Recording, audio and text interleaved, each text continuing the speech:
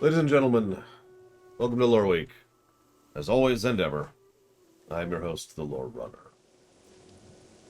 Runner. Today we're primarily going to be focused on the FF6 thing, but we do have a couple other things to cover super quick. First and foremost being the fact that y'all are awesome, as you are wont to do. I can pull up my thing here. There we go. I have a lot of windows up today in preparation for the things that we'll be covering. So, quick announcement. The QA bot is working and functioning and awesome. It's actually not up right now. I suppose I could put it up. I wasn't going to be completely honest with you.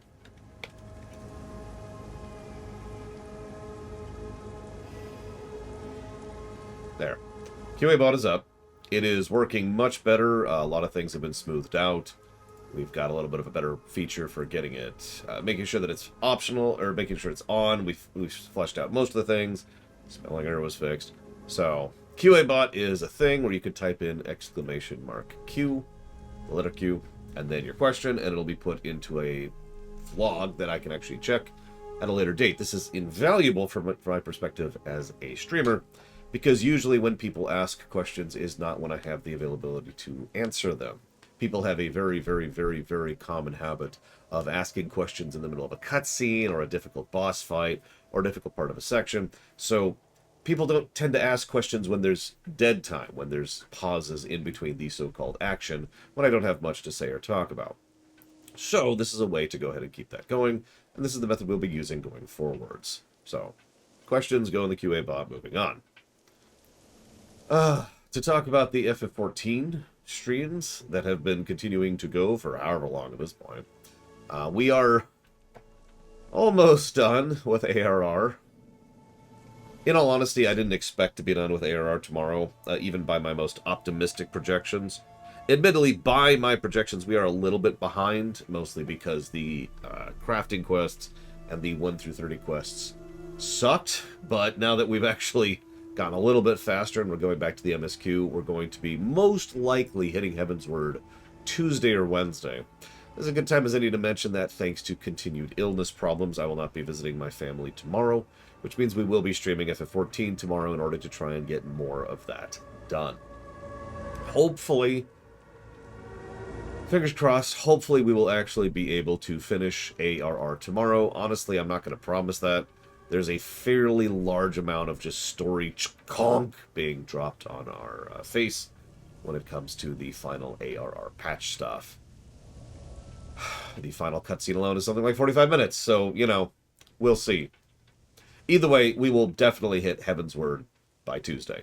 No other expansions will take as long as ARR. I've said that 70,000 times, and I'll say it 70,000 more times, because the other expansions are nowhere near as gargantuan as ARR. This is something I knew walking into it, so it's not really surprising that it's taken this long for us to push through it. So last Lore Week, excuse me, which is several weeks ago at this point, I posited the idea. Maybe Tuesday will probably be about 30% through it, Nexus of Concordia. Lost my train of thought. Playlists. So last Lore Week, I posited the idea of doing a different categorization of playlists to help people out, to make things nice and organized, and I got a couple of suggestions, some in private messages, some in comments. One of them was an idea of, rather than doing what I've been doing, which is, you know, there's the January runs, and there's the February runs, just put them by category. I'm not sure what I think of this idea, so I'm just going to posit this idea to everyone. Anybody seeing on the VOD, please feel free to give me your comments on this. If you don't know what I mean by category, I mean, like, we would have a playlist which would be... Here, I'll pull up my actual categories here, because I have these categorized. You gotta give me a minute, because it's a gigantic spreadsheet, so it takes a moment to load. So we would have a action-adventure playlist, a beat-em-up playlist, a flight sim playlist, a FPS playlist, management sim playlist, platformer playlist, point-and-click adventure playlist, puzzle playlist, racer playlist, RPG playlist, Souls-like, stealth, strategy, survival, visual novel, Zelda, and the MMO stuff gets their own playlists, so that's different. And that would be the idea. Thoughts, comments, questions? No, let's see here.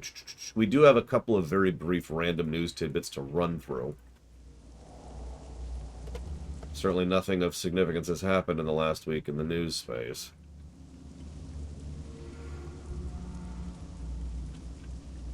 So, we had a Pokemon Presents like half an hour ago.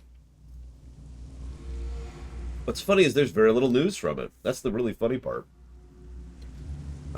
So, first of all, they said a whole lot of nothing from all of their garbage games.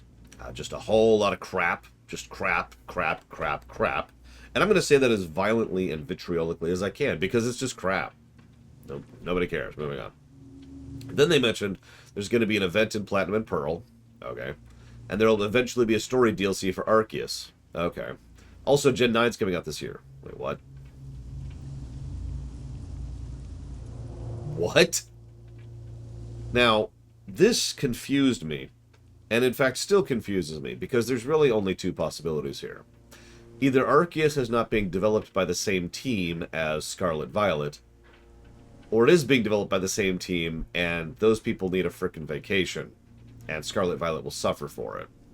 These are the two options. The fact that Arceus is still getting development, including patches and DLC, in addition to Scarlet Violet coming out this year, says all I think it needs to. And I think so too, Act. I was actually surprised by that, because I've been under the perspective for a while now that Arceus was the main team. But maybe it isn't. Or maybe the primary development is actually being done by another team. I don't actually know. We'll see, I suppose. Scarlet Violet will speak to its own quality once it comes out. I have not played Arceus. It's not even close to funded, so we'll see if that ever happens. So I have no idea. I own Arceus. It's actually right there. Still in its wrapping. We'll see. But that is it. That's the news. Scarlet Violet. They showed a picture of the new starters, and that's it. That's the news. I could try to do a big, in-depth analysis, but all I would tell you is that they seem to be leaning more and more into the, what do they call it? The open frontier areas or whatever? Which, of course, they are. They started that in S.H.I.E.L.D. They expanded upon it in the S.H.I.E.L.D. DLCs, and they went even further with it with Arceus, so of course they're still doing that. It's duh. So, yeah, I know, Easel Games. I stand by what I said earlier. There's no info of worth here. That's just... Okay, so there's the starters. Uh-huh. Yep. That's their names. Yep. That's cool. That's cool. There's us. Cool. Yep. We appear to be Dutch this time around.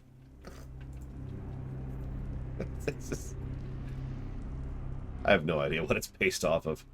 It doesn't even seem to say. Nope, yep, it doesn't say. But yeah, no, this does appear to be a shift, and honestly, I'm kind of okay with that. Don't mistake me. I am not one of the other 7,000 people who insist that every new game has to be different. I am actually fine with iterative design. We've actually been talking about this a lot when it comes to FF14 even. But, yeah. It's Spain! Okay, there you go. Spain. And that's it! Sickness Act. I've said it before and I'll say it again. So, normally, when I'm sick on those days, or they're sick, you know, I don't visit, because that's how that works. Duh, right? The thing is, I kind of want to get through FF14 as quickly as possible, and frankly, I want to get through the streaming queue as quickly as possible, regardless of FF14. So I've decided that of all of the things I could use my off day of, the most valuable thing to use it for is to keep streaming. Get another 10 hours of streaming time in there. So... yes, they do, Crazy Norse. Anyone who thinks otherwise is an idiot. Thank you, Sacred King, very much. I'll put that towards the Alan Wake block. Much appreciated.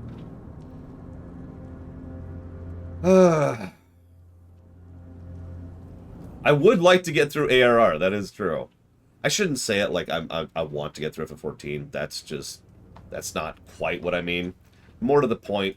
well, if you haven't played it, then you don't have an opinion on it, which means you're not an idiot, in other words, Crazy Horse. My point is there are people who have played the Pokemon games who have said, without hyperbole, that, for example, Gen 5 is exactly the same as Gen 2. Those people are stupid. That is pretty much the equivalent. What's a game series you've played, Crazy Norse? Let me give you a comparison, because there's a reason I say that so flatly. Those people are dumb. The Pokemon games have iterated, and anyone who says otherwise is stupid. Or uninformed. But yeah, no, I'm not. It's not like I'm like, oh man, I want to push through to FF14. It's more like I want to push through ARR because I'm sick of being an ARR. And yeah, no, I am very sick of being an ARR. I am so bogged down with quests at this point. I just want to get out of it. But anyways, yes, yeah, exactly. I'm enjoying. This is a run I've been wanting to do for years. I've gotten a lot of people that, you know, have said, "Oh my God, I can't wait till you're done with FF14." And I mean, it sucks, but there's no pleasing everyone, so I just sort of accept that some people aren't happy for the next couple of months, and we're just going to kind of live with that. We've actually already answered that question today, even Crazy Norse, but I don't mind repeating. It's about 30 to 35%, give or take. ARR is the bulk of the content with regards to a singular expansion. And we'll eventually get to stuff I haven't even seen yet, so that'll be fun. Anyways, so getting back onto it. So Pokemon news, woo. Dragon Age 4 is continuing to spiral into nope territory, which is once again why Dragon Age 4 is not part of the Dragon Age block. Gabe Newell continues to be awesome by pretty much flat out banning NFTs on Steam. Good move.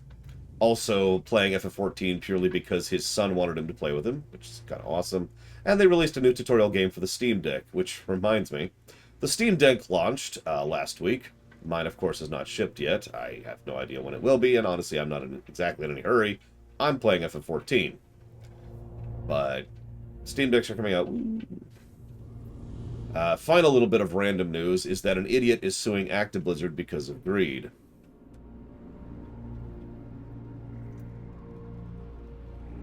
That's it. That's the random news. So if those of you who don't care about FF music, this is a good time to bow out.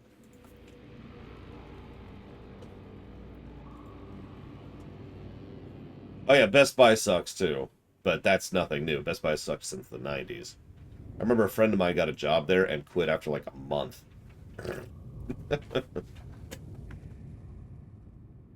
No. Someone is suing Actiblizzard because of greed. That's different. It's actually funny. They're like, we think this deal is unfair and we want even more money because we're stupid. And I mean, I could give you the full thing. In fact, in the VOD link, as always, there will, of course, be a link to the actual sue. It's Watson v. Activision Blizzard. But let's be very clear. They're stupid. Theater news? Right. So I'll be spending today going through auditions. I actually forgot about mentioning this, but I will be spending today going through auditions and assigning roles. So that'll be happening today. So let's go ahead and pause our Zangarmarsh music in the background here. It was up. It was what I had up. As usual, we'll be going through kind of one by one. The names of the songs are different, as usual. But that's okay. We're going to try to make do. We're going to try to figure this out here. Sure, Doom Rider. Are you on any of the other Discords? Because that would make that a lot easier. If you want to audition, the time is right now. Okay, perfect. Let me go ahead and figure out how to do that. There we go. There's Doom Rider. I don't see you. It's taking way too long. There you are. There. Invite sent. Okay. So, what the hell was I talking about? Oh, right, music. So here's the format for those of you who weren't here previously. We're going to listen to the original song, and then we're going to go ahead and listen to the new song. I have not listened to these. As usual, I have vowed that you are going to get my live, fresh reaction to this music on camera. I have no idea what I'm expecting at this point, so who knows. A little nervous. I did want to talk about something very briefly. This is, of course, Final Fantasy VI. And FF6 has a lot of significance to me and a lot of relevance to me. And its music is honestly one of the best soundtracks I've ever heard, ever. Like, you know, in the zero playlist, so to speak. So this should be interesting. I am more than a little nervous to hear some of these songs. Ross asked the relevant question, but we'll be doing this the same way we did all the previous ones, which is we'll be doing some of the music until we've done a certain amount of time spent there allocated to, and then we'll chop it off and we'll part and parcel it out. We're not going to spend all of today just doing the FF6 stuff. I do have other things to do today, including the aforementioned streamations and, of course, the auditions. You are incredibly wrong, Easel. I'm sorry. But yes, no, I do think the FF6 soundtrack is better than the Chrono Trigger soundtrack, probably because it doesn't have Mitsuda in it. But more to the point, the relevant thing is FF6's soundtrack has no bad songs in it for me, which I can't say for most games. Even soundtracks I really like FF8 or Chrono Trigger, or, of course I can't think of another example off the top of my head, tend to have things where, you know, there's songs I don't care for, songs I just kind of remove from the playlist, so to speak. FF6 does not have that for me. So, we start with the opening theme. Mass Effect 2 has lots of music I don't like in it. In fact, I would say I only like 2 songs in Mass Effect 2 overall.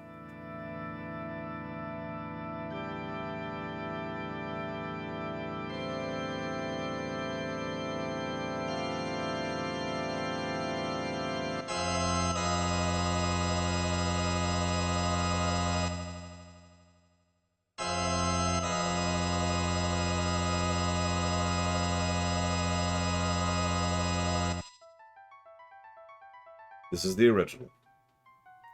Way back when I was a teenager and hearing this for the first time, this actually kind of blew me away a little bit. Because I was actually shocked at that intro. Games at the time didn't really do this kind of an intro, you know what I mean?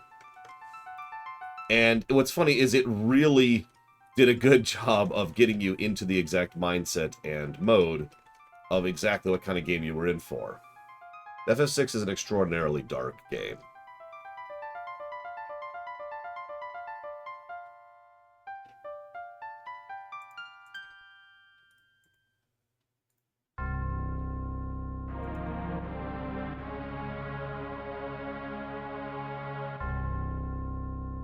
Yes, I did, Zactef, and I've got it down for Avengers and also Avengers. Thank you for watching my show.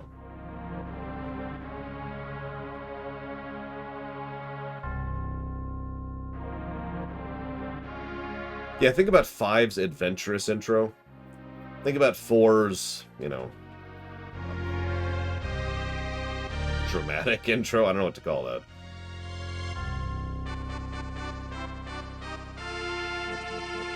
We first see Kefka, first named character in the game.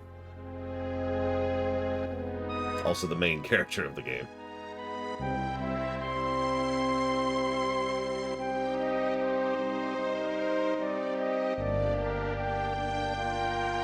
I don't have to imagine that, Easel Games. 4 to 6 was just such a jarring contrast. So now I'm going to shut up. I've been talking kind of over some of this, but this is arguably the best song in the entire game. Debatable, of course.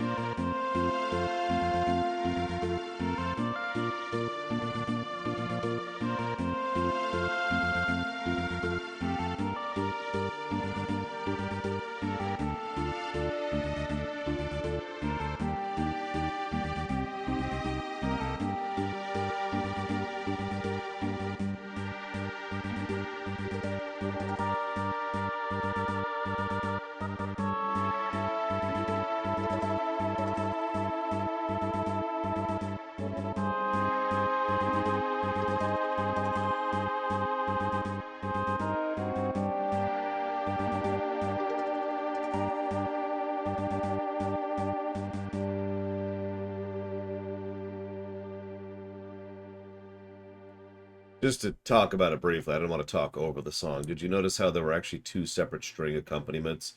We were playing two separate harmonies that played off of not only each other, but the primary woodwind that was carrying the melody. Brilliant work. Let's see what the new one has for us. By the way, I'm going to need some help on the audio of this one. It seems a little bit quieter than some of the other ones, so just up or down, let me know.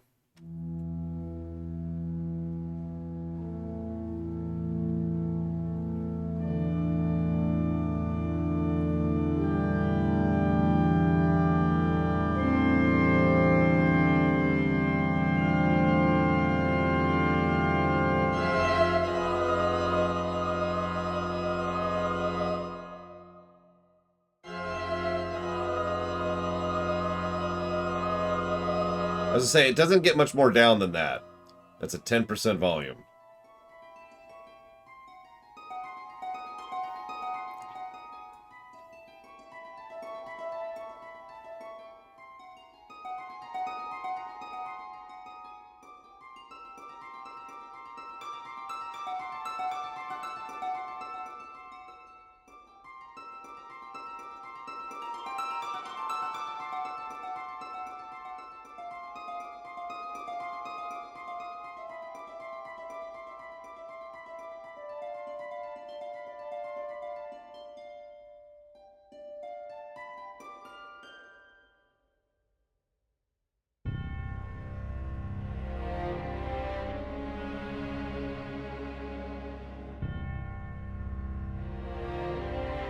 I like the bell.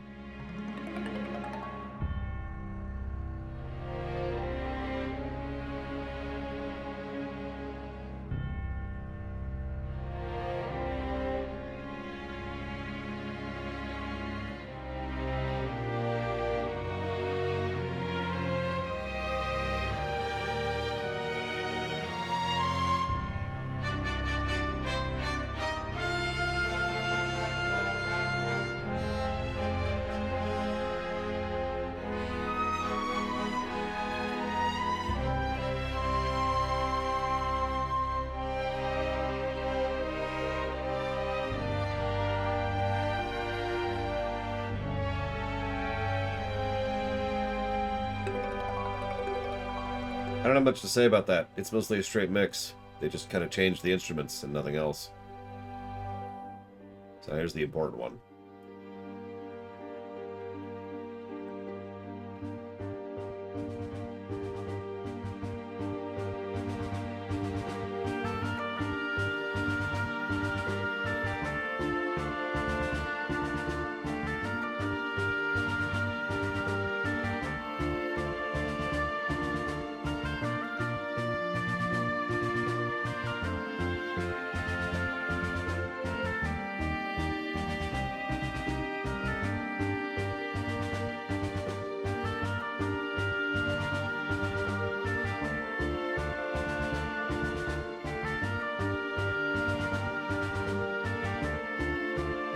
Yeah, I don't like that.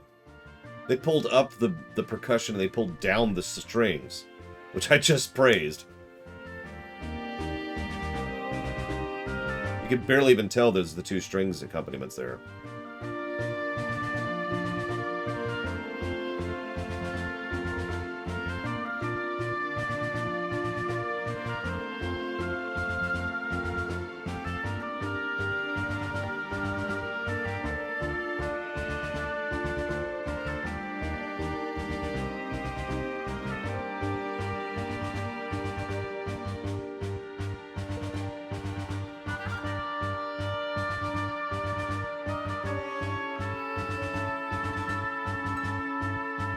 To say it's bad feels excessive, but I do feel this is substantially weaker than the original.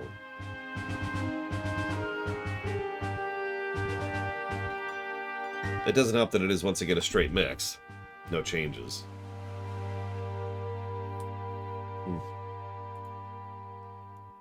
Well, that's that. Next up we go to Narsh.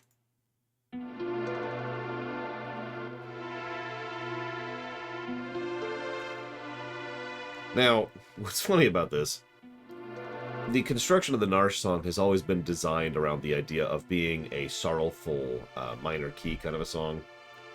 it's supposed to be a combination of peaceful and melancholy, and I think it does a great job of that.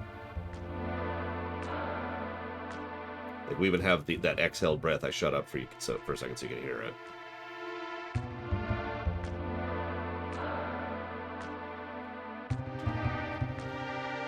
It's no wonder they actually use this song for several scenes, which are of a more morose nature throughout the course of it. Once again, getting us into the mood and mindset of what tone FF6 has.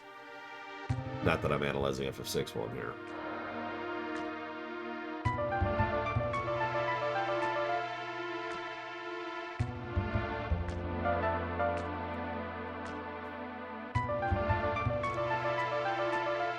Notice how the portion that would normally be the melody is actually the harmony here, so he just kind of swaps them there.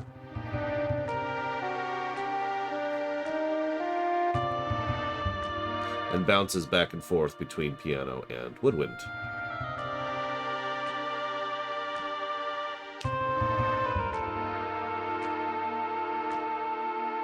And then it loops. There it is. So for the new one.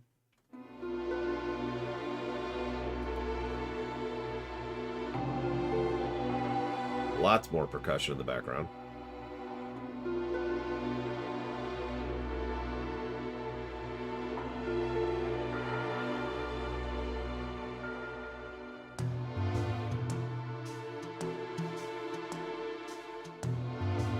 Narsha suddenly jazz.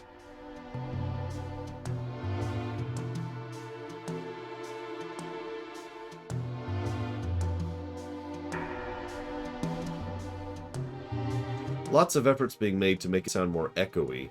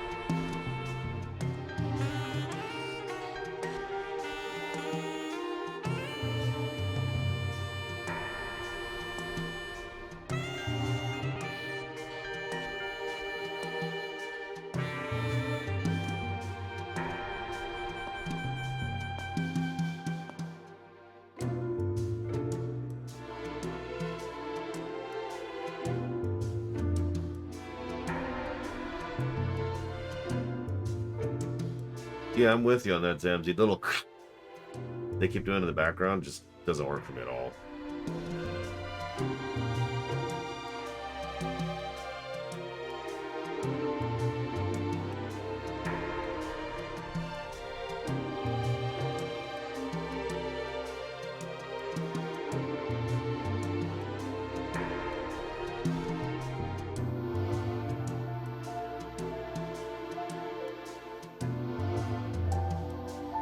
This sounds more like a ballroom, this part of the song, the second section. Which actually I'm kind of more with than the first section. I had to open my mouth.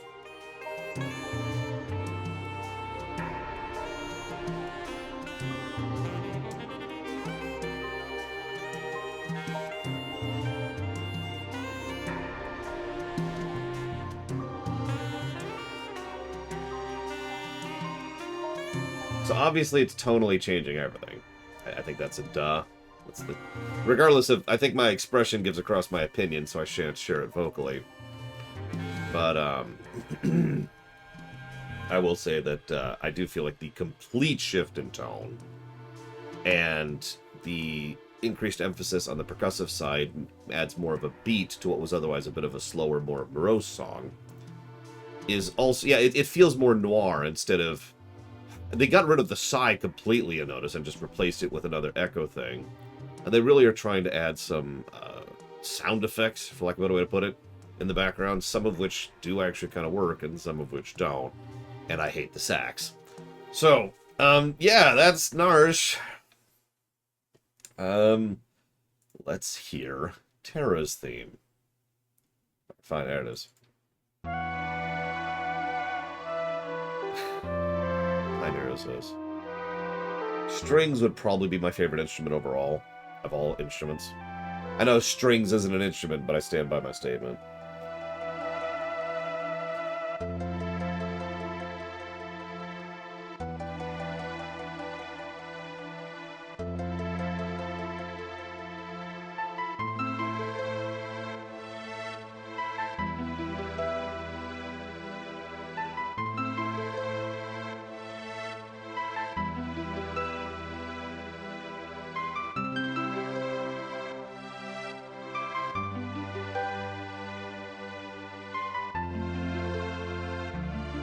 Notice this is an extraordinarily simple song. There's only 4 lines going through. There's the primary on the piano, there's the strings, there's the bass in the background, and there's the secondary piano. And that's it. 4 lines. And that's it. And I'm only pointing that out because it's amazing what he manages with 4 lines. I know the piano's the main thing, but I always focus on the strings in this section. Here, listen to it for just a second.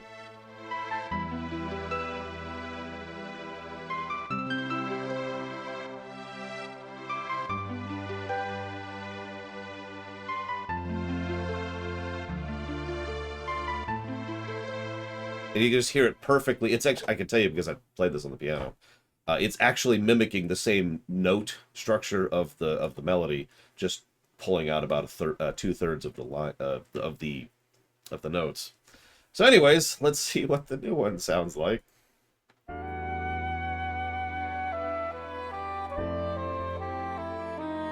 my God, it's jazz.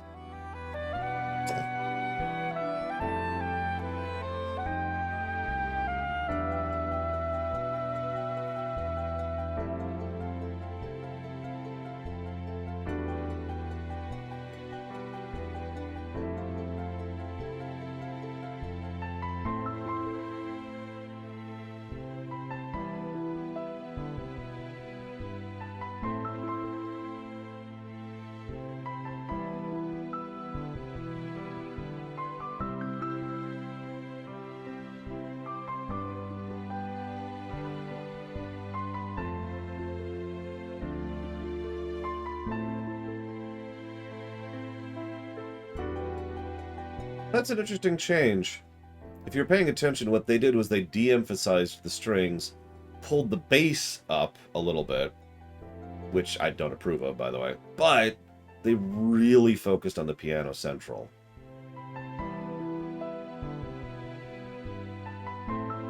Yeah, that core piano is actually really good.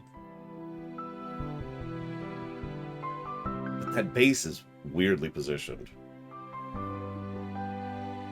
And then the sax comes in. I don't know, that's probably the first one I'd call a neutral so far. Hi, Larry, and sorry for not commenting. Yes, I've been enjoying the FF14 lore, and I hope everyone else has been enjoying it. The flutes... I'm gonna hesitate on giving judgment there just yet. Let's move down to Locke's theme. So Locke is, of course, the adventurer, the go-getter, the person who desperately wants to do everything he can to save the day. Naturally, his song sounds like this.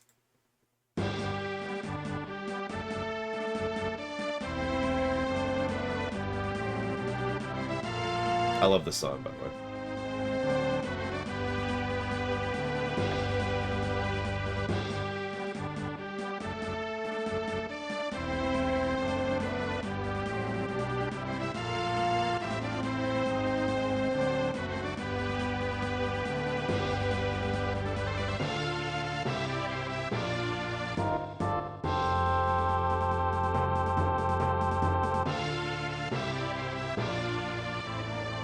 Notice how, despite having a bit of a bombastic feel, there's actually very little brass presence here. They only use brass as an accent periodically, whereas the primary drive is actually the strings at the very front of it. And a big emphasis on the percussion, too. God, I'm sorry, Nobuomoto's a genius. Can I just say that? Can I say that? Is that safe to give that opinion that he's a freaking genius? All right, let's listen to the remake. Let's see what we got here. Okay, I'm liking the strings. Liking the percussion.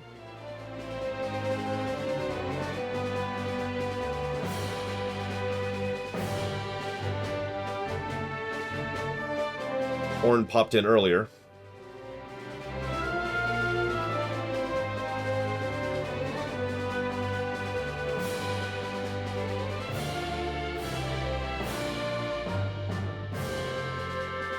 De-emphasized the brass there.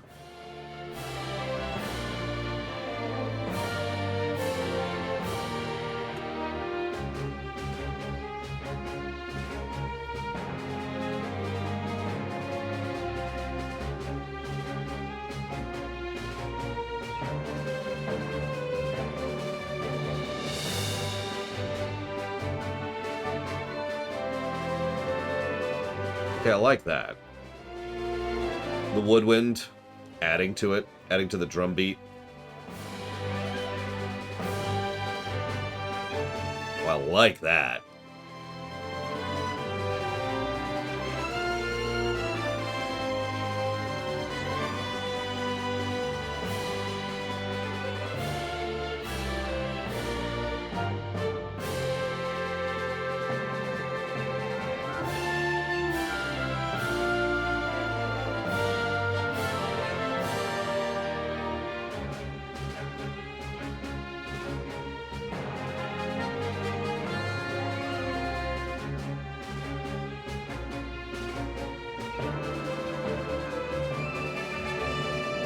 So in case you missed that, what they did is for the first loop, they actually pulled down the brass, but added additional brass in the background as a accent to the primary strings, and they added more layers to the strings and more layers to the percussion. Then for the second loop, what they did was they pulled the strings down and shoved not only the brass up, but added more layers of brass on top of it. And so we've got that contrast between the two loops, and each loop actually sounds different, but without losing the tone of adventure, right? Like the overall vibe and feel that Locke has in his mask, as he is the hero striding forward and all that. It's just that's good. Holy crap! I was really starting to get worried there. Yeah, no, that's good. That's good. Yay. By the way, Omega Legion, add Yoko Shimomura to that list, and that's kind of my list right there. Anyways, so then we go fight a random battle. That's Zelda for some reason. There we go. So, I actually think this is one of the better basic battle themes in the FF series. I don't know if I'd say it's the best. It actually has a lot going on for a standard battle theme. As usual, I point to the strings in the background.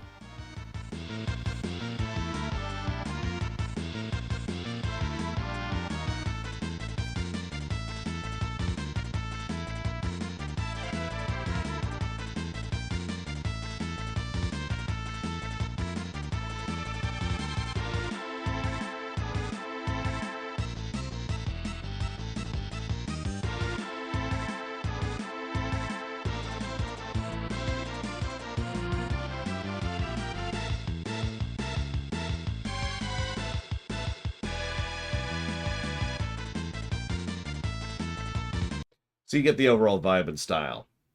Primarily pushing with a single trumpet up front, strings in the background, strings pulled to the front for the bridge. Cool stuff. Let's see what the new version sounds like.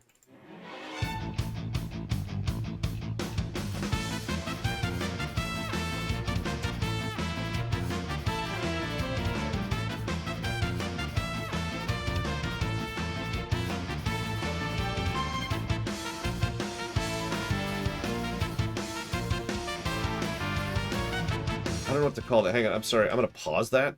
Do you hear what they're doing in this section right here?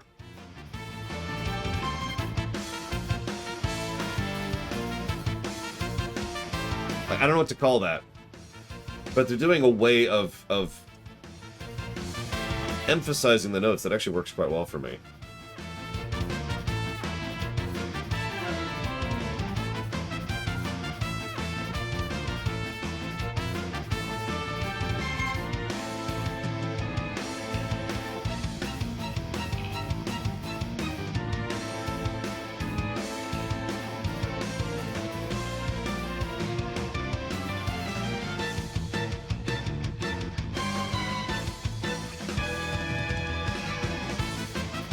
So again, mostly a straight mix, but I think there's a couple of nice little tidbits that actually flesh this one out. At first, I wasn't sure I was gonna like the brass here, but they actually use it quite well. And yeah, they do that pulling back, whatever the hell that's called, thing, which helps. Yeah, no, I'm with that. It's a straight mix, but it's a good mix. And then we win. Hang on, this will be a quick one.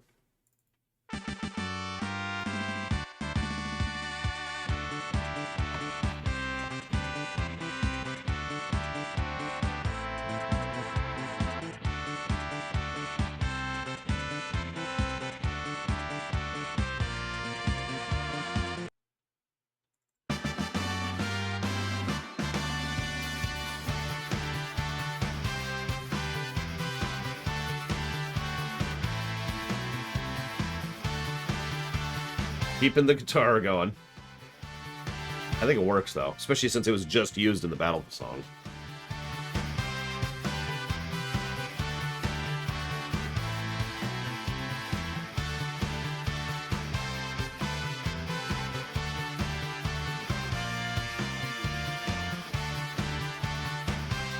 Looks like that's it. Okay.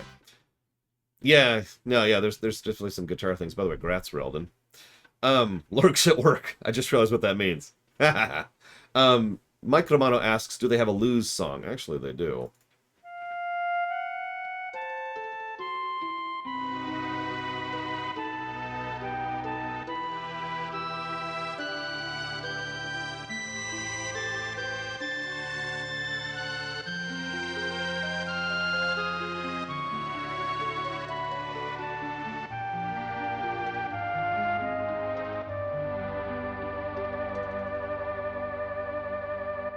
And since you mentioned it,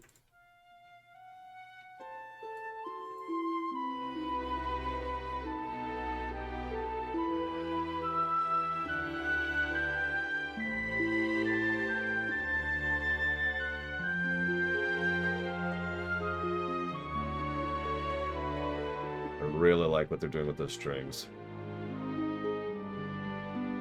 Again, a straight mix, but absolutely maintains the tone. The flute is just as melancholy as it should be. That's actually really good. I know it's just a short 30-second ditty, but that's awesome. So it looks like our next thing is to go to Figaro.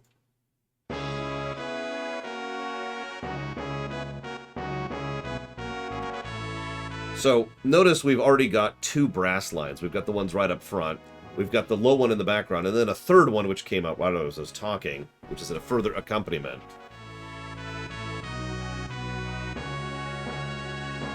And big timpani drums, and strings always being a harmony behind everything else.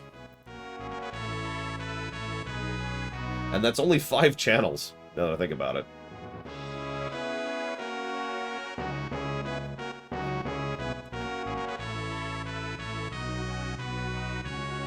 Pull the strings up a little.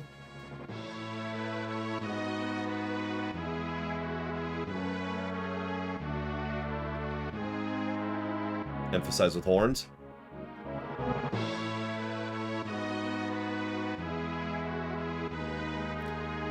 Both at the same time.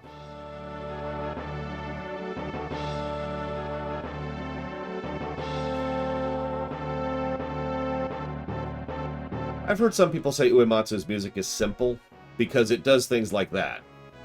There's the primary function of the song, which is sitting on the brass and accompanied by the strings, and then there's the primary strings accompanied by the brass, and then there's both, and then it loops.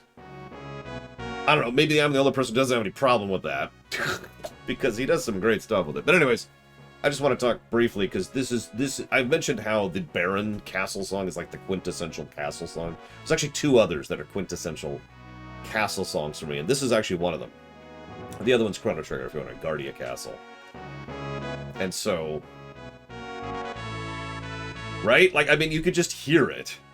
And what's funny, though, is the way the horns are used, you can almost hear a little bit of that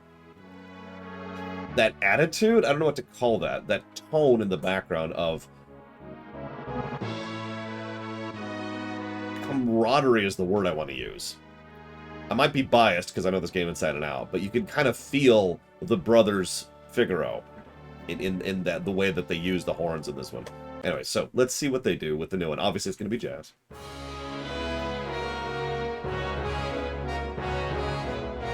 I'm already liking the horns.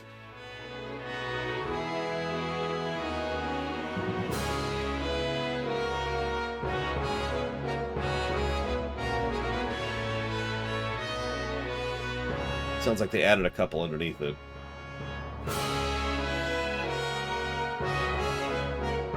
I like that.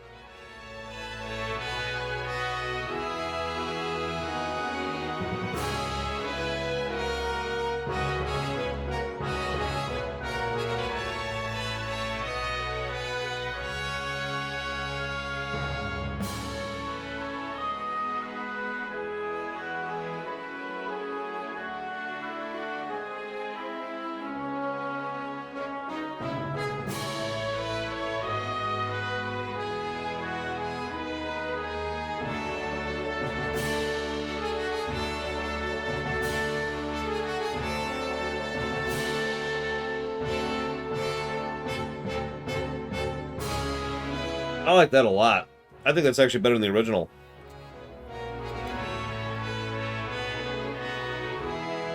That's, wow. Yeah. Like, it seemed like a straight mix, and then they just started adding instruments to accompany everything. And then they switched it up in the second section by having a woodwind carry it instead of the strings. I love this.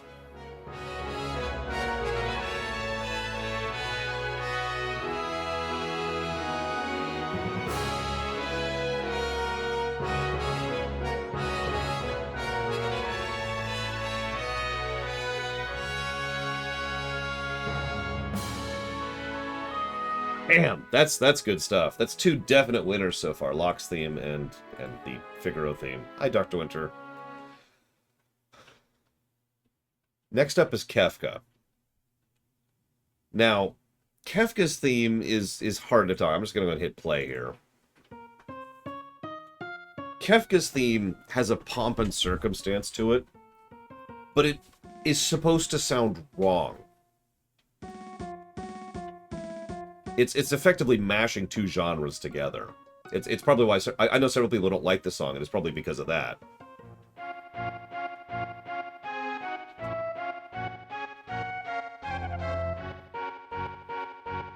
It is the perfect theme for him. I don't blame people for not liking the song, though, especially when it goes full bombastic.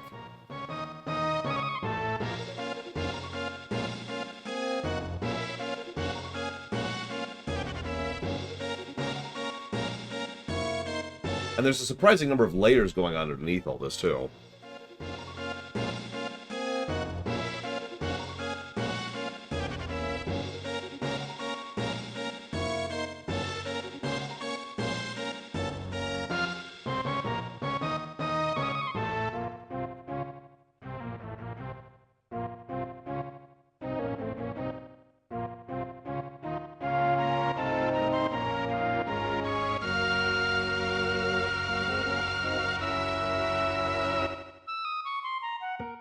I love how that final thing there does that, by the way, where it's just one instrument, then two, then three, then four, then five, then one, and then it loops.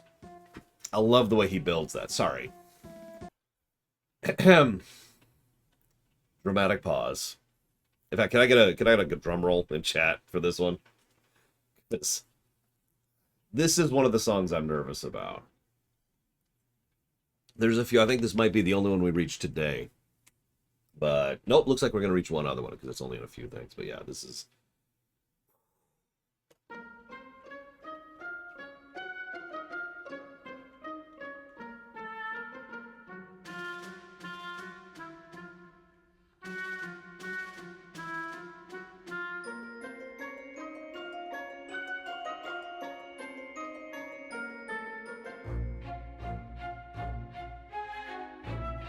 I like that cello.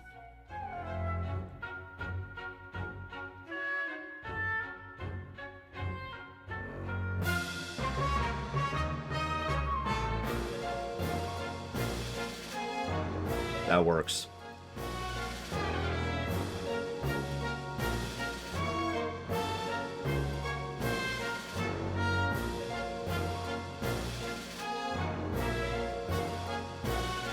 Yeah, lots more complexity.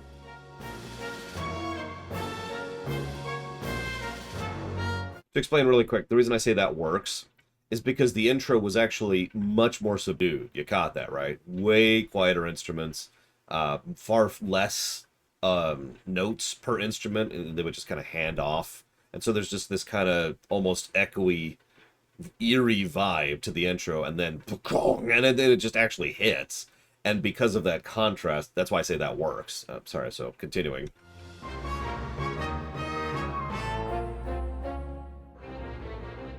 I love the chimes they add periodically.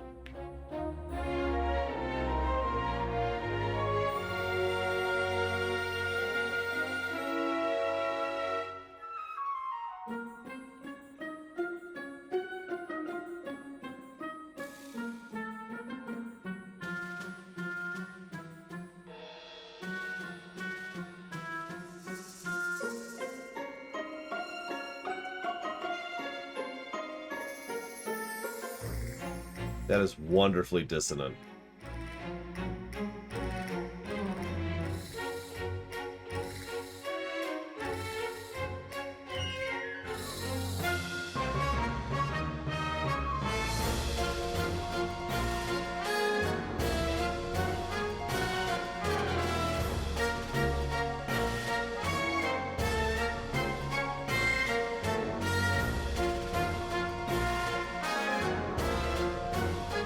Yeah, this is the second movement.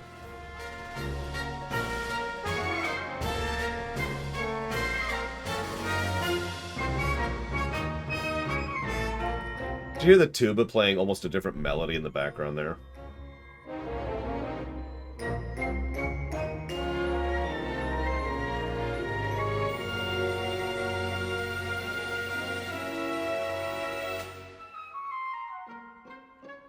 I like that. The first loop was decent, but the second loop is great. In fact, let's just skip ahead to the second loop again here really quick. Because they add so much, and there's dozens of different instruments that each get just a moment in the background.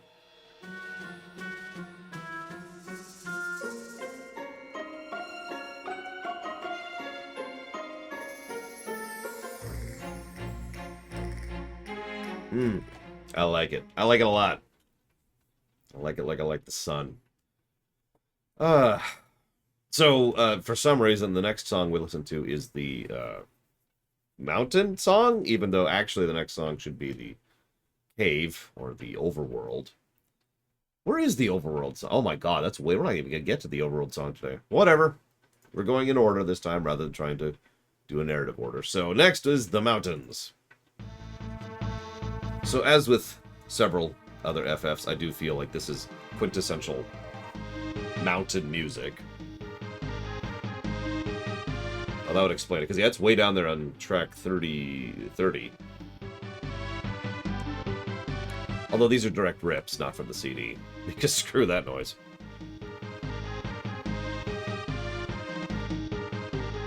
I don't have much to add to this. There is a bit of a good pacing going on. The tempo maintains the climbing idea, for lack of a better way to put it. It likes to bounce back and forth between that pseudo guitar, the electric guitar, distorted guitar, excuse me, and the horns. Looks like we are Omega Legion. And they do good stuff with the rock organ of all things. They use that a lot in FF6. And then it kind of pulls down, then it builds back up again. It's a good mountain song. It's probably one of my favorite mountain songs.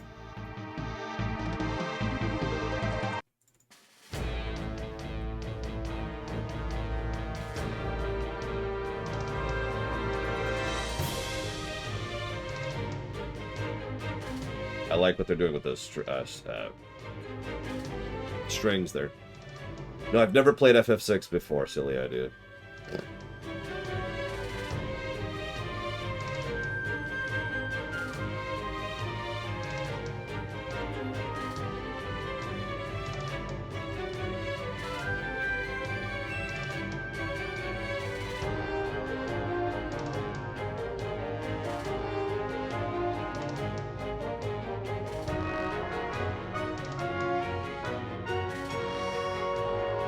Good use of brass. I'm trying to think of that buzz.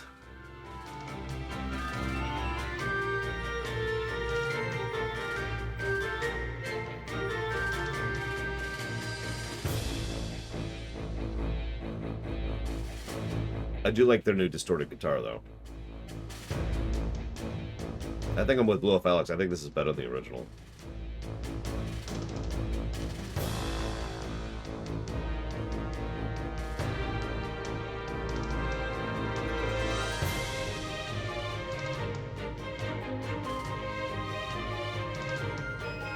Yeah, Zozo's gonna be a while.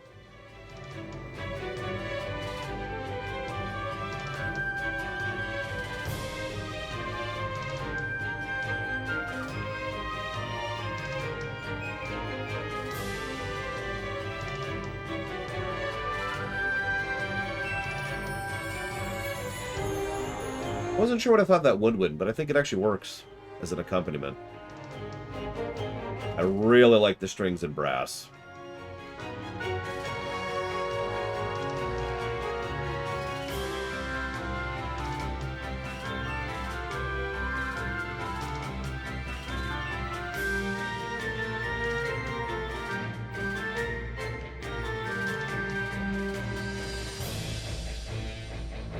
No, I like it. I like it.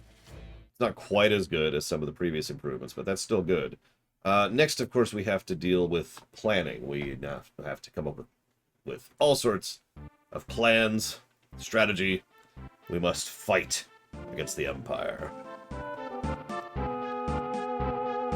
I used to use this song for videos, sports videos, back when I was doing video editing in high school. They liked it.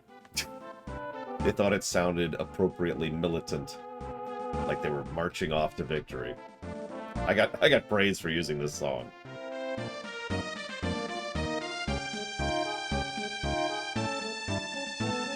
It's actually an extraordinarily simple loop. But you notice how a lot of this is sitting on the brass. Multiple brass lines going on here. You notice also how he's using the strings as a percussion.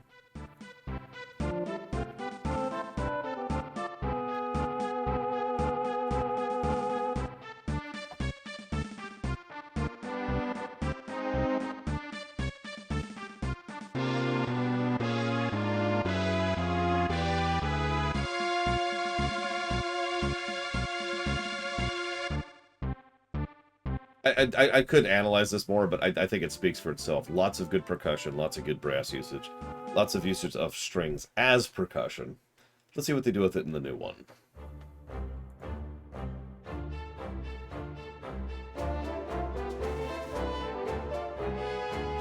Sounds very FF4 all of a sudden. It sounds very barren.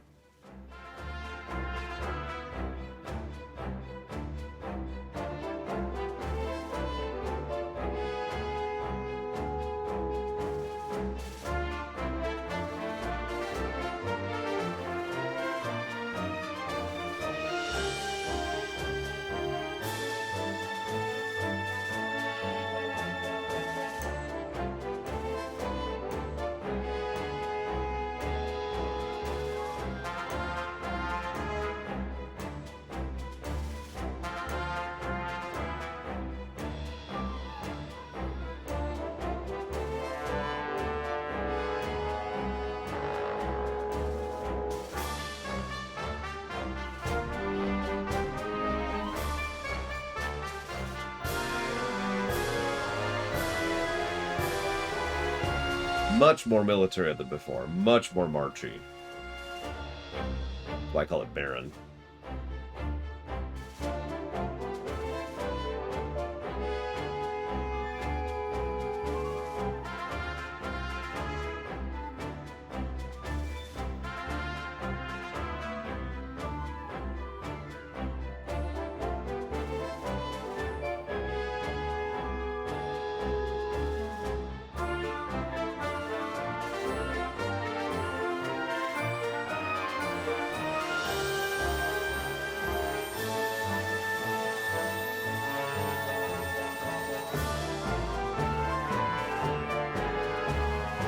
mean, listen to that.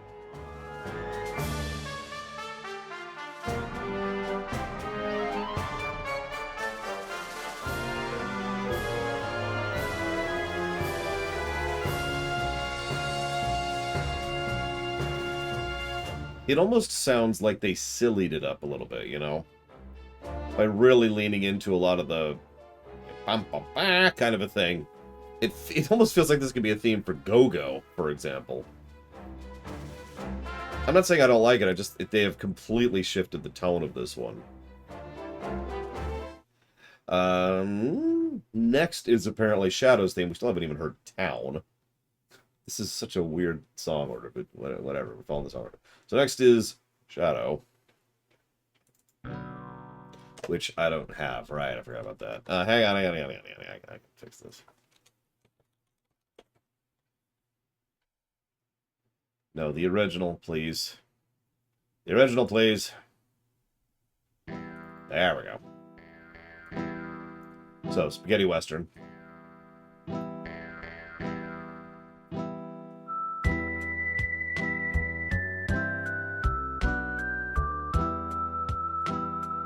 Most of this sits, of course, on the whistle.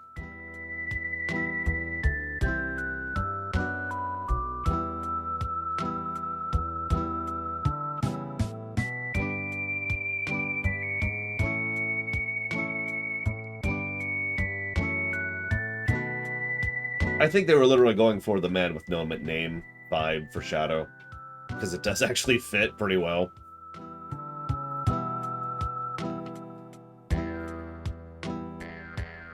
And that's actually it. That's the whole loop. Not much to it, but you kind of get it. So let's see how Spaghetti Western is. I swear to God, if this is jazz.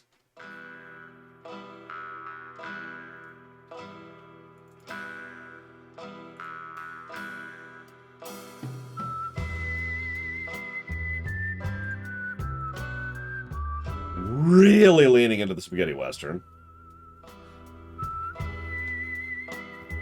Like, that's straight out of the Man with No Name trilogy.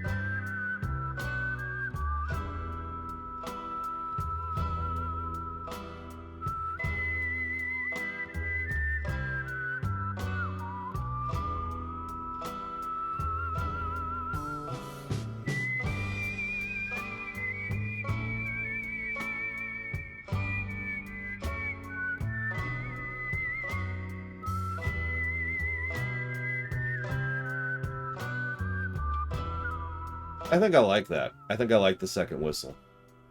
I wasn't sure about some of it before, but I think that works. And I'll agree, it is a little less ear-piercing than the original. Probably because that's actually someone whistling. Interesting. And again, it does make sense to just really lean into the Spaghetti Western tone and just say screw it, right? So, yeah, okay. I'm with it. What's next? So next is one of the ones I mentioned. We've already covered one, which is Kefka's theme. This is another one I'm nervous about. The military song.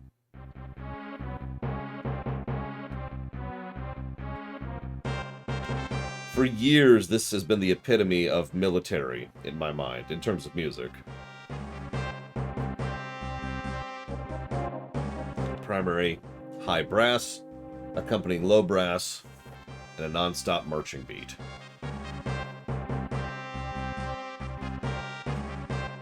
I love this song.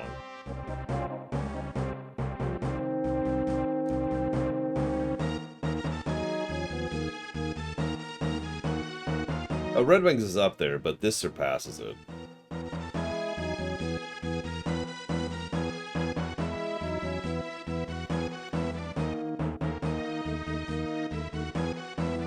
And notice he pulls the same trick he likes to do. Brass, strings, both. Let's see what they do with it.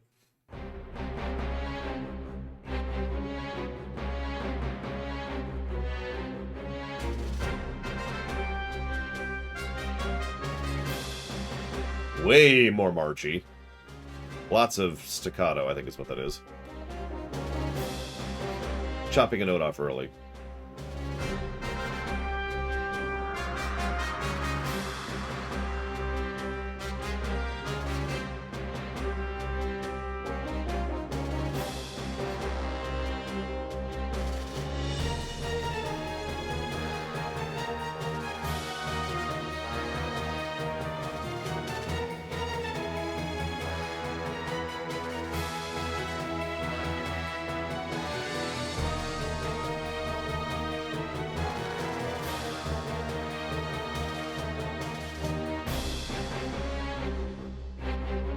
I think I agree, Wolf Alex, with your second comment, not your first one.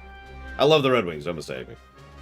But yeah, this is very, you know, it's rather than military, this is straight up the Gestalian Empire, which is funny because there is actually a song called the Gestalian Empire, which is the one that plays in Vector. But yeah, no, I feel like this leans far more that direction. Interesting. I'm with it. I'm not sure I like it better so much as I like it different. Sideways. How many songs do we have left? Let's at least go towards that song. We'll probably cut off for today. Get 20 songs in. I think that's a good chunk of the 105. So hang on, where was I? Next up we have the theme of Doma, aka Cyan. Now, we've actually heard a remix of this song recently because we've been to Doma in FF14. Although that's a straight mix.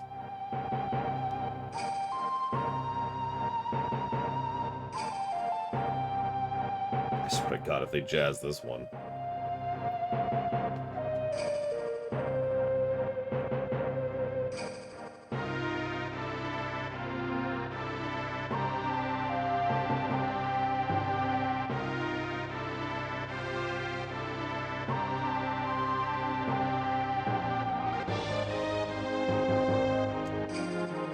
I just want to comment on that bit right there. It sounds like a straight up, you know, Eastern style approach, trying to go in that direction, which works, and obviously they know how to do. But there's this bit where, yeah, just the castle tone comes in with a bit of a minor key horn emphasizing it. And if you're listening, this is what Uematsu really excels at more than anything else, more than the math, more than the patterning. He is so good at evoking tone and emotion in his music. It's one of the reasons I consider him to be one of the best composers ever. Because what we have here is we have a solitary note, a solitary instrument, carrying the majority of the song while everything else is just accompanying it.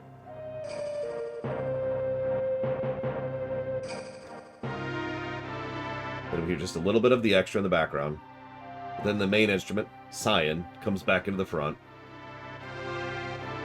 And then he gives his one last denouement there. And completely goes away. Well, the castle tone takes over. But in the background, another new instrument is there, a low brass, which is in minor key and pulling down as the rest of it's going up. We hear the hopefulness, the castle vibe, the country vibe, but also the moroseness and the grief that is so centered around Doma. All of this is just done based on the design and construction of the song. Sorry for gushing for a second, but you get the idea, right?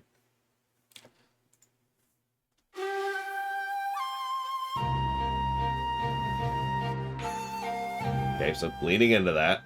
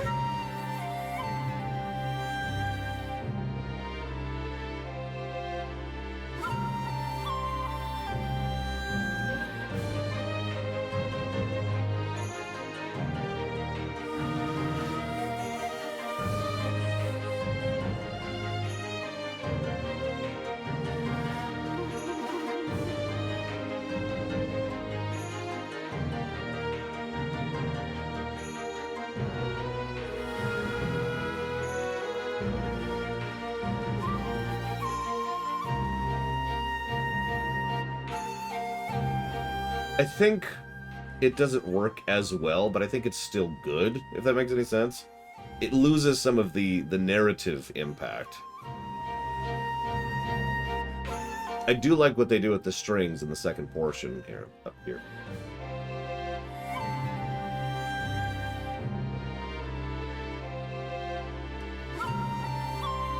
Right here.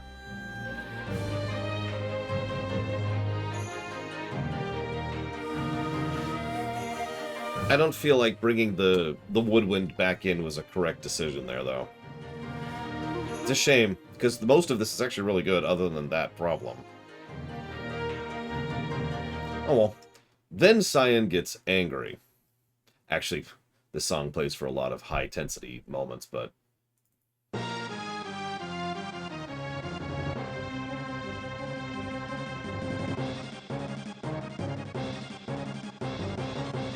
There's a lot of Go music across the FF series.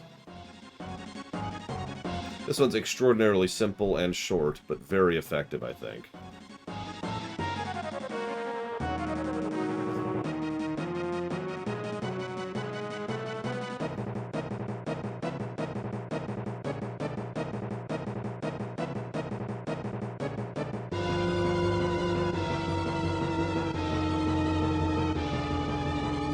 And that's actually it. It's the whole loop, 38 seconds.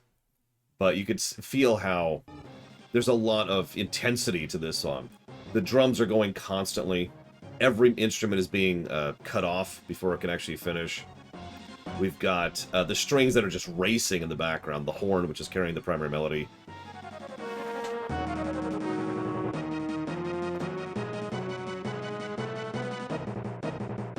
Like you could feel the person sprinting through that song.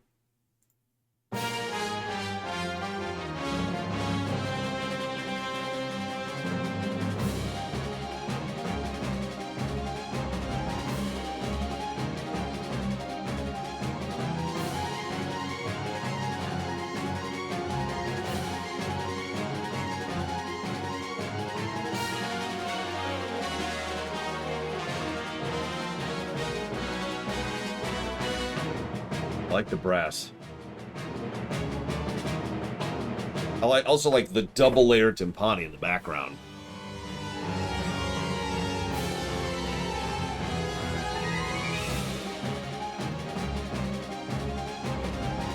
You notice they're also using, I don't know what that instrument is in the background, to add a more frenetic vibe here.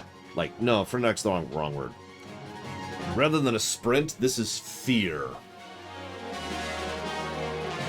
You can feel the panic.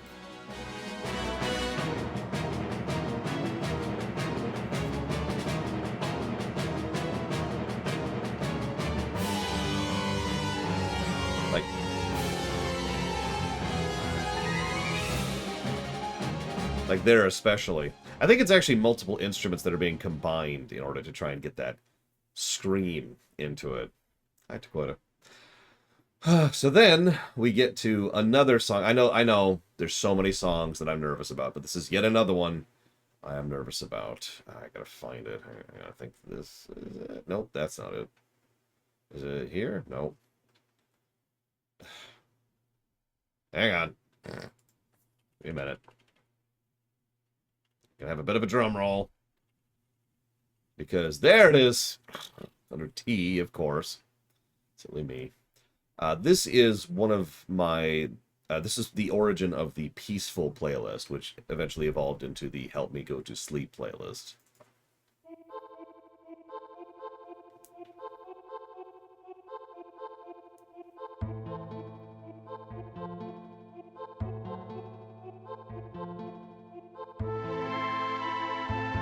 I probably don't need to explain myself on that one.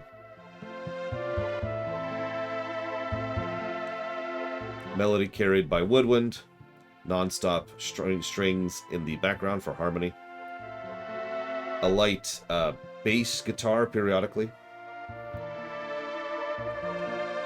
in place of a percussion.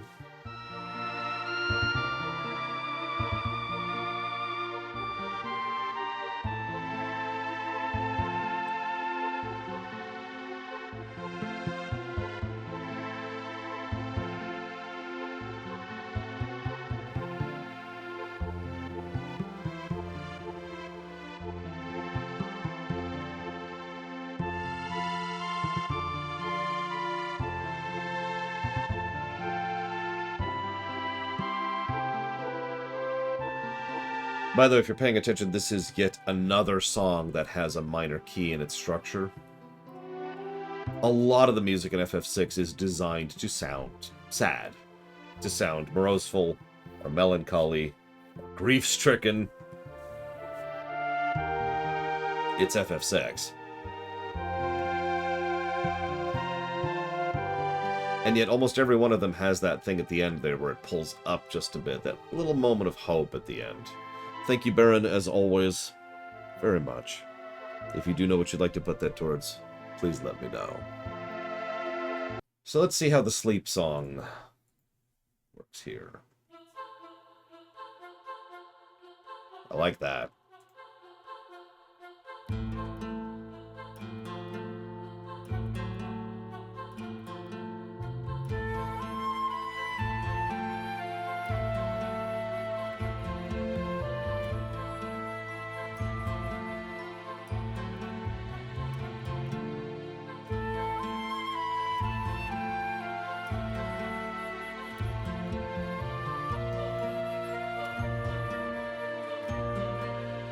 I think the choir is a good movement there. I do think the bass is too pronounced. That's a common problem in some of these.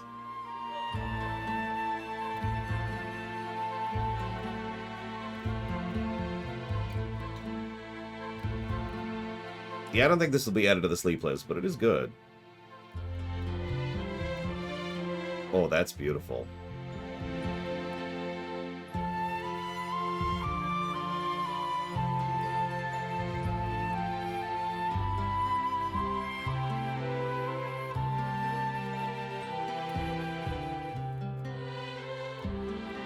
Do you hear how the choir and the strings are actually combining to kind of forge one instrument there?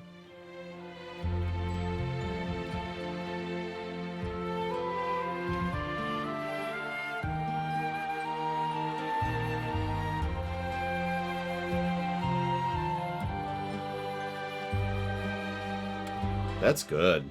I'm still not sure I like that bass, but the rest of it is legit.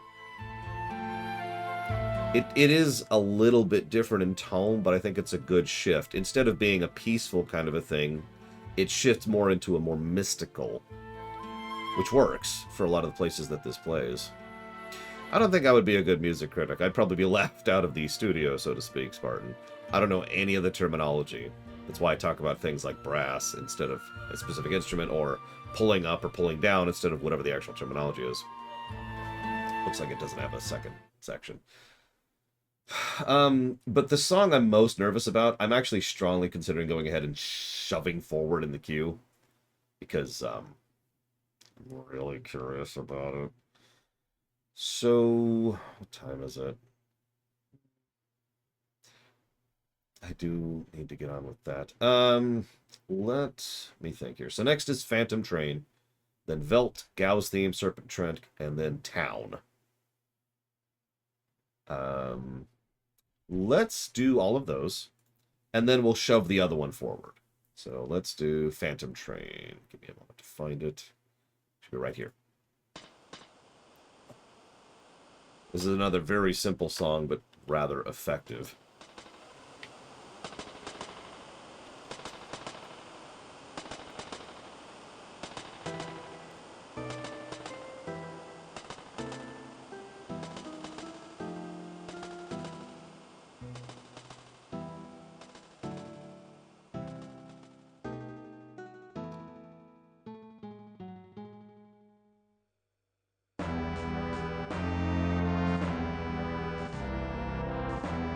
This sounds like a funereal march, which makes perfect sense. It's the Phantom Train that carries the living to the land of the dead. But I love how there's just those two harpsichord at the beginning. I saw it. Name it, Bird. Thank you. And yeah, and then we've just got this big tuba. And a combination. They're actually using the strings and the brass on the left simultaneously to try and emphasize the melody.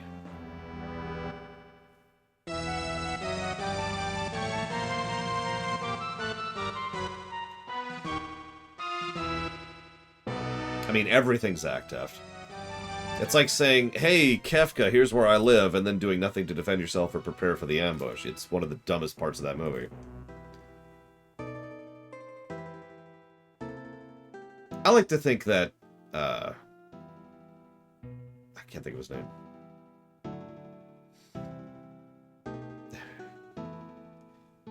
Who's the Greek guy who ferries people to the dead? Acarus? That doesn't sound right. Charon. That's it. Thank you. God.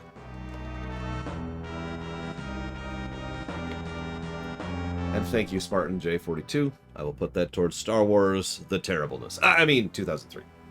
Because Charon. I like to think that Charon just updates over time, you know? It's like, okay, well, now we've been using a thing, but now we're going to use a ship. Okay, now we're using a train. Eventually he'll start using a spaceship. And I'm not really joking. I'm always going to like that idea. All right, so, new version.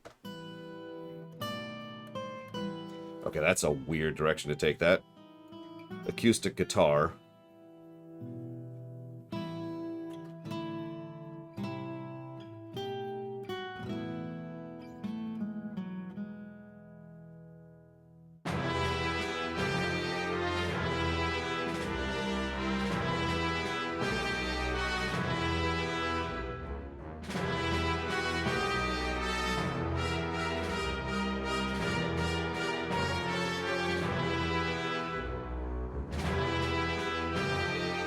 Yes, Zach Taff.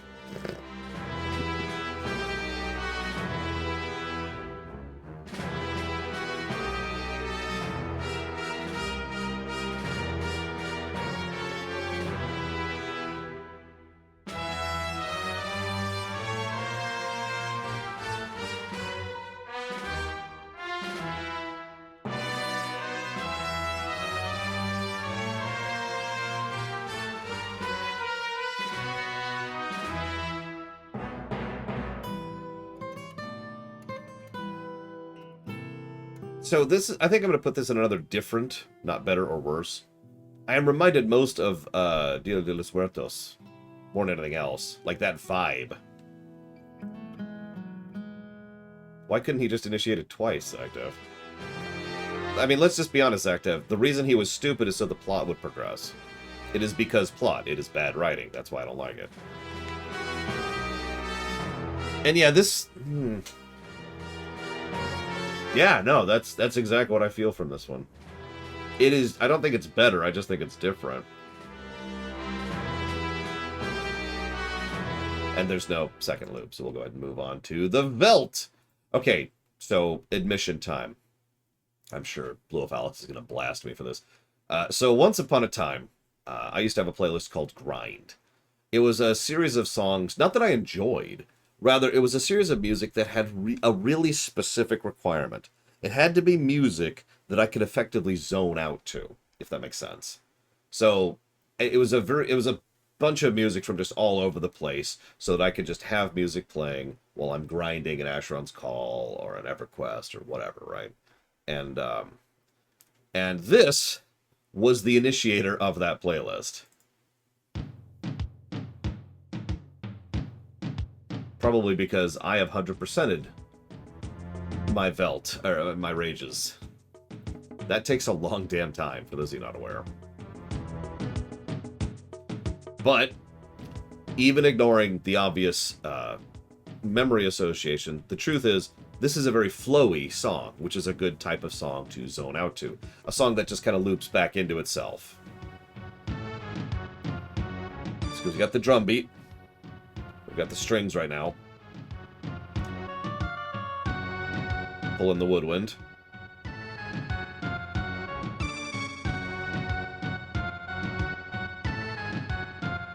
Pause.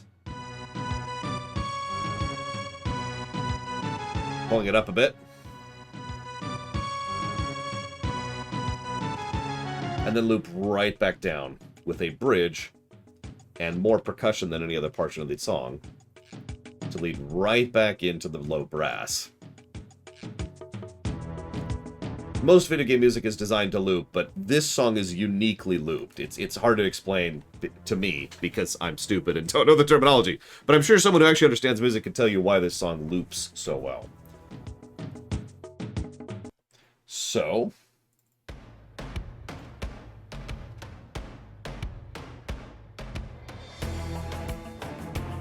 Ooh, I like that. Ooh, yeah. Oh, that's some great deep strings. Oh, that's even better.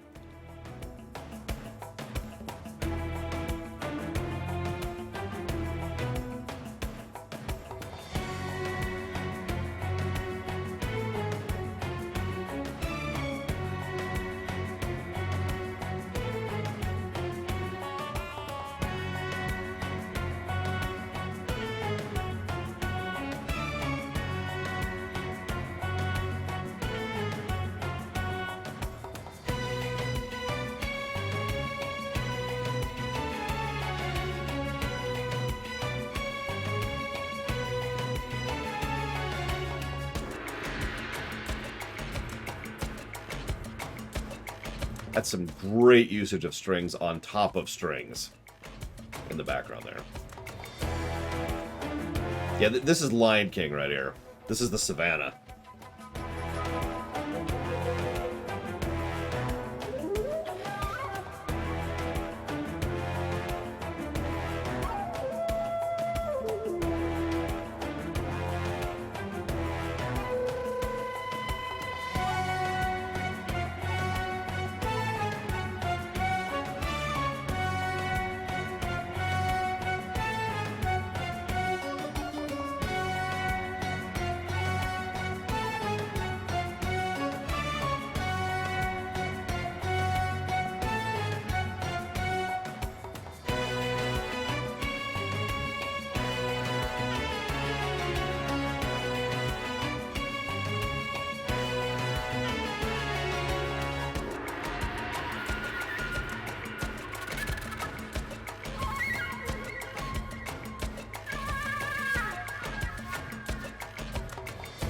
Or a Jungle Cruise, I could see too. I'm not sure I think this is better, but it's definitely good. Like they really do some good stuff with those strings and the way they've designed the percussion, the specific drums they pulled in for the percussion.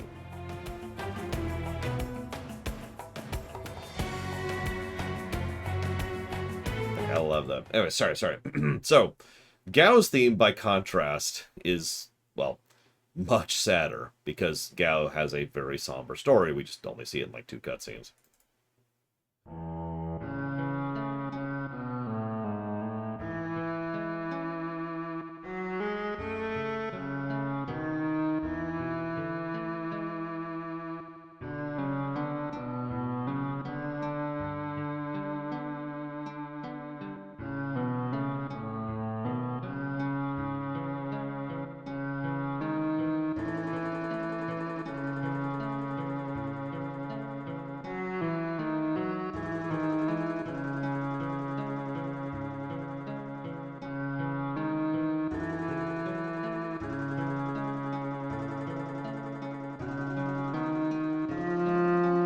There's not really much to it, but there is one little moment of hope.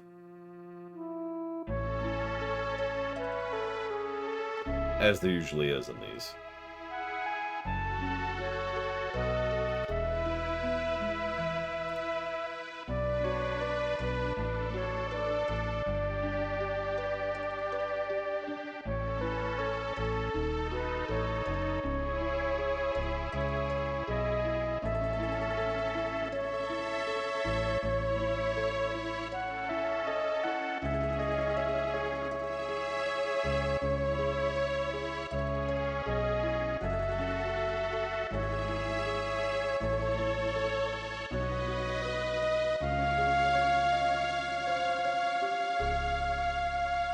And then it loops. Lots of emphasis on strings and woodwind. Very sad. Acoustic in the background to emphasize. Moment of hope, back to sorrow.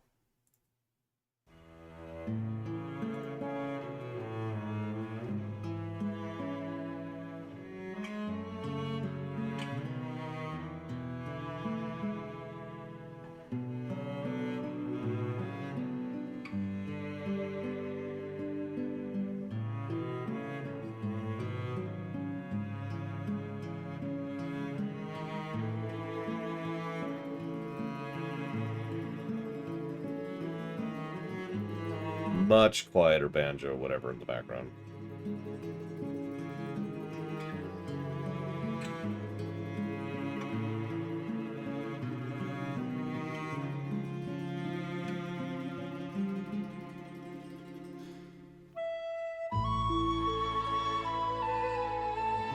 It's sound like Lord of the Rings.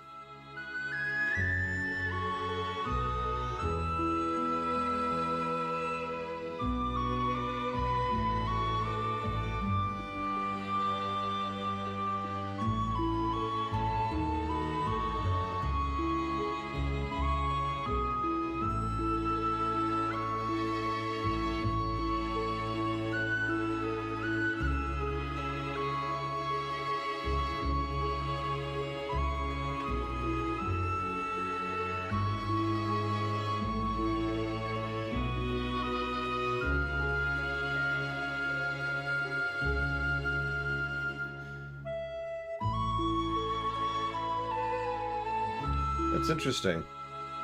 It is very pretty, but you notice there's no hopeful section. It's just sad. The entire tone remains melancholy. They even change it so that rather than switching instruments in the bridge, it remains the flute. Or whatever that is.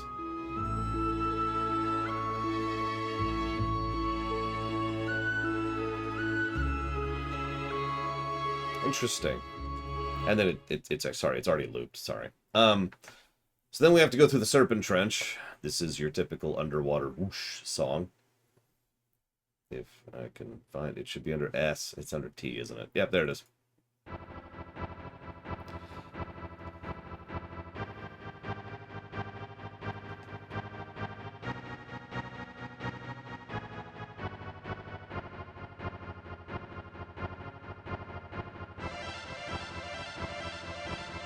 It's a good whoosh song.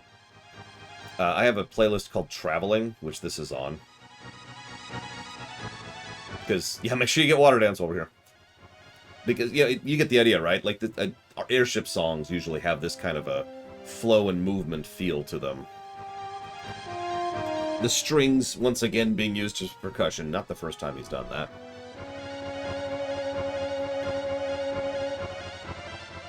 In fact, if you're paying attention, there's actually 2 layers of strings, which are both being used as separate percussion. High and low.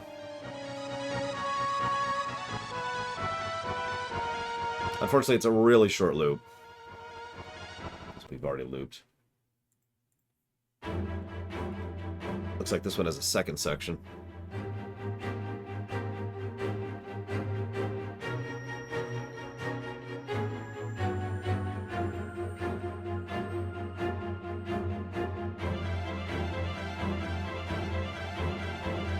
Keeping the same vibe. Definitely using the strings as percussion. Listen, don't worry about it, Imperial Star Destroyer. Don't worry about it. Also, don't think about where the oxygen's actually coming from.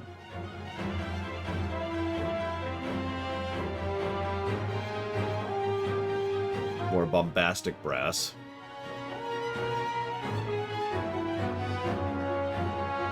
And another layer of brass.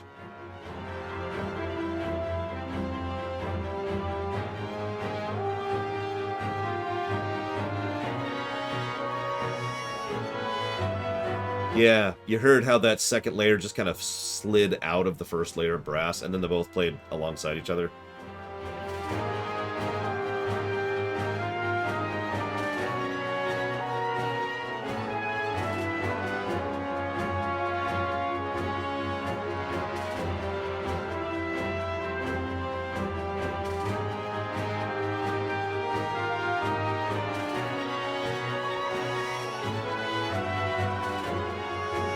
This feels like a spaceship. I know that sounds weird. I mean, could you just see this in a Trek show or something, you know?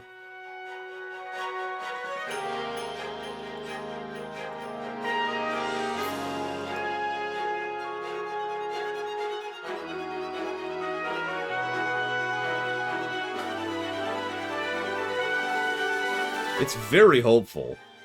It's very uplifting. I'm reminded of the Lunar Whale song from 4.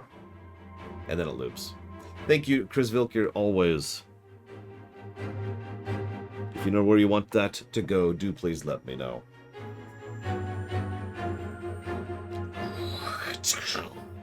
I can't do sound effects, I'm sorry. I like that. I like that. That works. It's very different, but it's I love it. I love the direction that goes. I might actually use that for a Trek rewrite episode, because that just feels like that, right? All right, 2 more songs, and then we'll move on to Streaminations. So I've told this story before. My dad was listening to me play FF6 one day, and he was like, "Oh, that's like the music from the Good, the Bad, the Ugly." And at the time, I didn't fully understand what an insult this effectively was.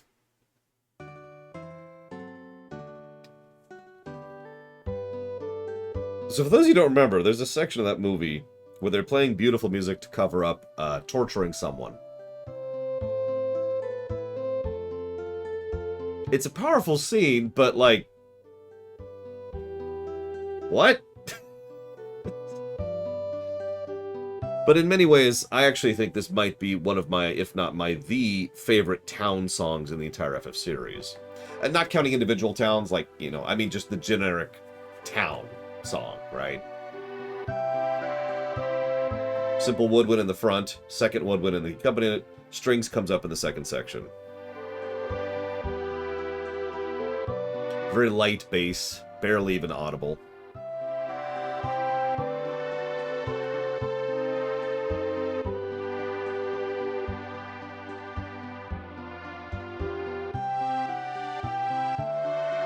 Add in a second string to cover the instead of the second woodwind.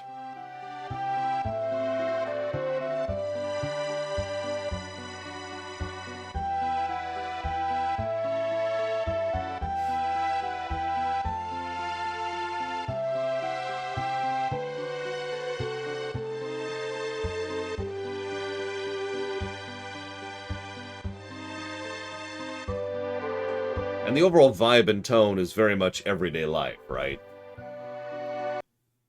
So let's see what they do with it. Of course we go full acoustic.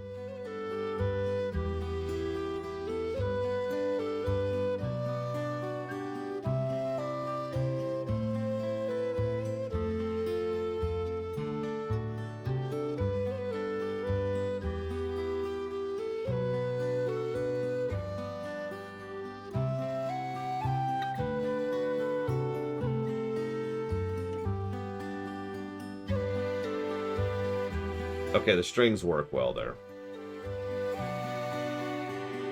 They even re-added the second woodwind.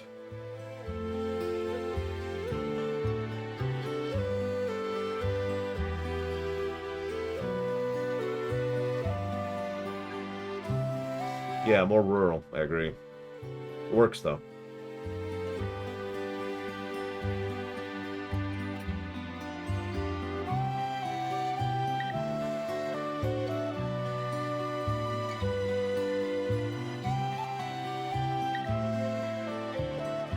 No, we won't this week either, Jesse's Mask.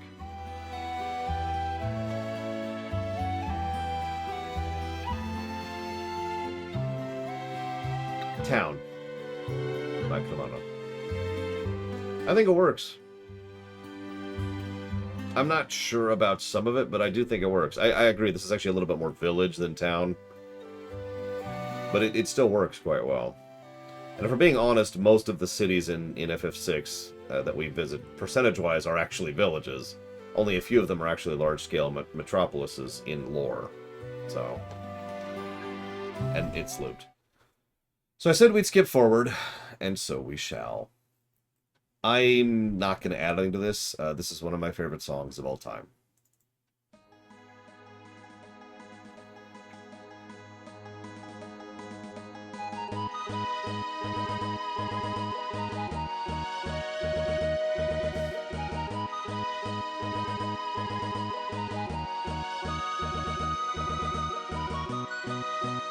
I mean, what do I even add to this? Secondary strings, beautifully pulling the accompaniment in. Primary woodwind, carrying the primary tune, the melody. We've got a beat keeping the march going, the tempo, which is being maintained by a combination of some kind of banjo guitar thing and the bass. I can play this song on piano from memory. It is one of the only songs I can play on piano from memory.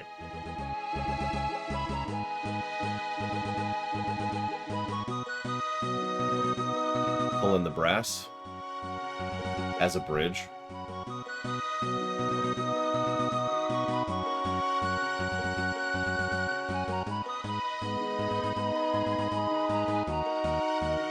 And then it starts to build up, of all things.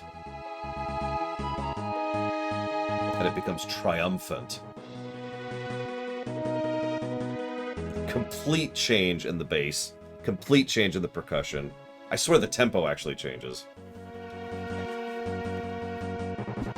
The brass and the strings actually follow each other. No melody or harmony. They're both just saying the same lines here.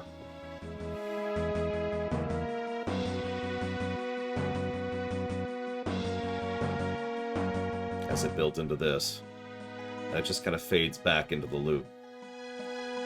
This is a beautiful song. An extremely well-constructed song. And probably just, yeah. I have nothing else to say about this. So we're going to skip way down here to where this plays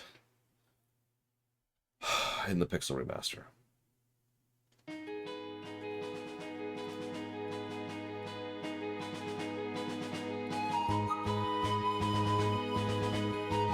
Already making the woodwind more marchy.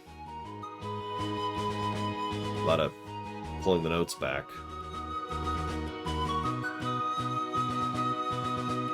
Strings are still there. Banjo's still there. They got rid of the bass and replaced it. No, there it is. That is faint, which is good. Second woodwind.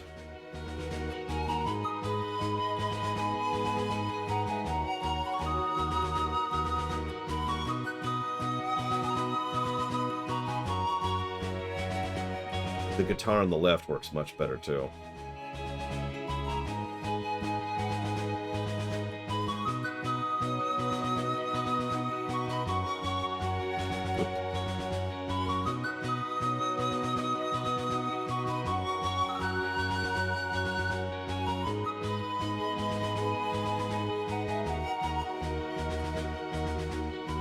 I love the chord, but you'll notice they actually got rid of the brass bridge.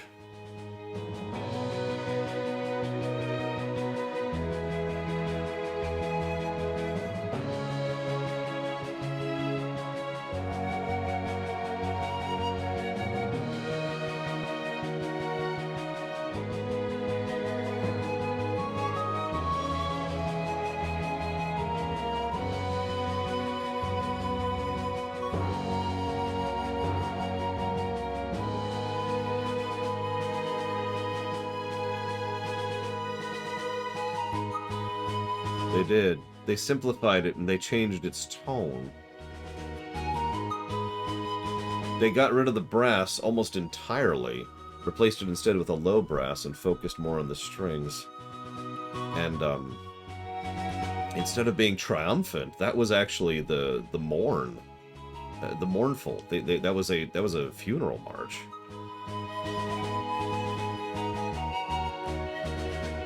I really like the chord they pull with the woodwinds here.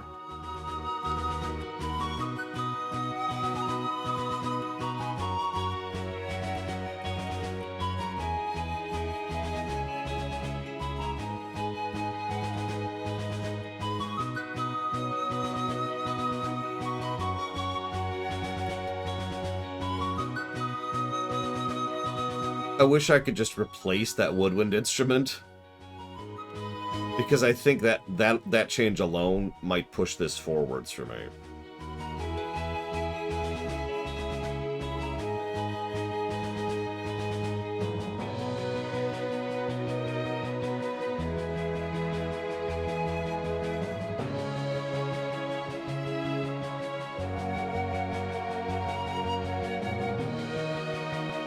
Anything might come on up. Probably string, like a cello. This section is actually probably my favorite part of the song, and it's the one they changed the most. That moroseness that they pull into that. There's no triumph there. That's wild.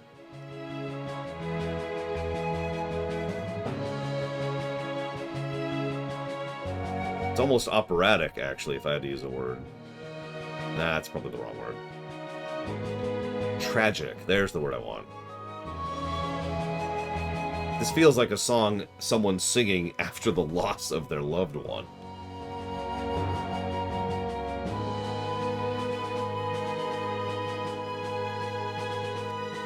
I don't like that more than the original, but I like that more than I thought I would, and frankly, since that's one of my favorite songs of all time, I'll take that. Lord knows there's been several songs in the FF6 when I've just been kind of like, like, frickin', what the hell were they doing with Darsh? There are other songs I'd love to skip ahead on and just kind of get them out of the way, but I shall be good, as I always am. For those of you curious, the other ones I really want to hear. Let's see, how far down the list are they going to be? Scroll way down to the opera itself, because these are rips, they're not quite clear, so the opera itself is 37 songs by itself. Anyways, so there's Setzer's theme after the opera, obviously. The Magitech Research Facility, which is a song I'm very much curious what they're going to do with it. Scroll down a little bit more.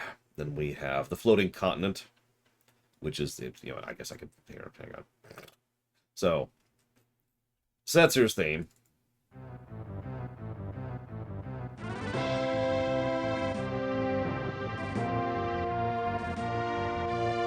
Love this song. This song is just freedom, given musical form. And then Magitech, which is right here. A rather popular song, and of course, not my favorite factory song, but a good factory song. Then we scooch down to Floating Continent, which is another T again. No, I don't know where the hell is this song.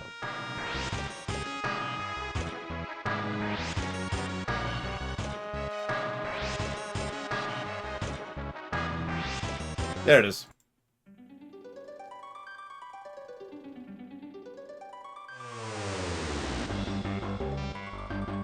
Great, terrifying last dungeon music. Don't know what else to add to that. Let's see. Another song I really want to listen to is, of course, I'm sure you all were curious about this one too, Searching for Friends, the second Overworld song. Far more hopeful than the first one in just about every way. And let me scroll down a little bit more. I actually really like Kefka's Tower, which is, of course, the final dungeon. And then the final one, the one I'm very, very, very worried about, is not my favorite last boss song of all time. I can think of several last boss songs I like more. But Dancing Mad is a mathematical work of genius. It is one of the most well-constructed songs I've seen in gaming. This is an extraordinarily well-built song, and it's 17 minutes by itself. And I am probably the most curious. Like, there's others I'm more nervous about, others I'm more invested in, but this is the one I'm most curious what they do with it. Actually, curious point here. Looks like it is just as long. In fact, yeah, it is to the second as long as the original, which is all I was checking. I was checking the duration there. So, but all of that will be next week. There will be a Loreweek next week, because if absolutely nothing else, we will be covering more of this. Starting with Martial Law, looks like. If I can find that song. Of course, I can't find any songs. Why are they? There it is. Sad Town, basically. You know, conquered town. I mean, it's in the name, right? Under martial law. Yeah, Imperial occupied territory. But that'll be next week.